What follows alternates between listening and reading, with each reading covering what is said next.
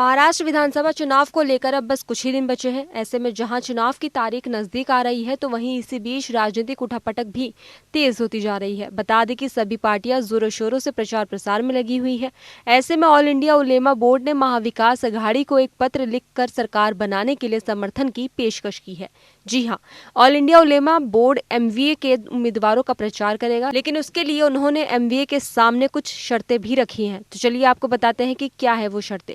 All India उलेमा board ने उद्धव ठाकरे, शरद पवार और नाना पटोले को अपनी 17 मांगों वाला पत्र भेजा है, जिसमें साफ किया गया है कि अगर एमवीए उनकी शर्त मानेगा तभी वह उन्हें महाराष्ट्र विधानसभा चुनाव में समर्थन करेंगे। तो ऑल इंडिया उलेमा बोर्ड की शर्तें कुछ इस तरह हैं। पहला, वक्फ बिल का विरोध, नौकरी और शिक्षा में 10% मुस्लिम आरक्षण, महाराष्ट्र के 48 जिलों में मस्जिद, कब्रिस्तान और दरगाह की जब्त जमीन को आयुक्त के जरिए सर्वे कराने का आदेश दिया जाए, महाराष्ट्र के वक्फ मंडल के विकास के लिए 1000 करोड़ का फंड दिया जाए, साल 2012 से 2024 के दंगे फैलाने के आरोपों में जेल में बंद निर्दोष मुसलमानों को बाहर निकालने की मांग की है।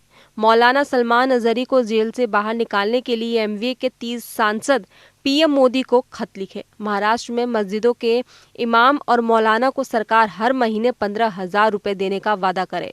इसी के साथ ही पुलिस भर्ती में मुस्लिम युवाओं को भी प्राथमिकता दी जाए। महाराष्ट्र में शिक्षित मुस्लिम समुदाय को पुलिस भर्ती में प्राथमिकता दी जानी चाहिए। इंडिया गठबंधन को रामगिरी महाराज और नितेश राणे को जेल में डालने के लिए विरोध करना चाहिए। महाराष्ट्र में इंडिया गठबंधन के सहयोगियों के सत्ता में आने के बाद ऑल इंडिया उलेमा की मुफ्ती मौलाना अलीम हाफिज मस्जिद के इमाम को सरकारी समिति में लिया जाना चाहिए। महाराष्ट्र विधानसभा में 2024 के चुनाव में मुस्लिम समुदाय के 50 उम्मीदवारों को टिकट दिया जाना चाहिए। महाराष्ट्र सरकार की ओर से राज्य वक्फ बोर्ड में 500 कर्मचारियों की भर्ती की जानी चाहिए। महाराष्ट्र राज्य वक्फ बोर्ड की संपत्तियों पर अतिक्रमण हटाने के लिए महाराष्ट्र विधानसभा में एक कानून पारित किया जाना चाहिए। हमारे पैगंबर मोहम्मद के खिलाफ बोलने वाले लोगों पर कानूनी प्रतिबंध लगाने के लिए कानून बनाया जाना चाहिए। जब महाराष्ट्र में इंडिया गठबंधन के सहयोगी सरकार बनाएंगे तो आरएसएस पर प्रतिबंध लगाया जाना चाहिए। और सबसे आखिरी में इनकी जो मांग है वो ये है कि महाराष्ट्र विधानसभा चुनाव 2024 भारत गठबंधन के लिए प्रचार करने के लिए अखिल भारतीय उलेमा बोर्ड को 48 जिलों में आवश्यक मशीनरी प्रदान की जानी चाहिए। बता दें कि महाराष्ट्र में 48 जिलों में अखिल भारतीय उलेमा बोर्ड काम करती है।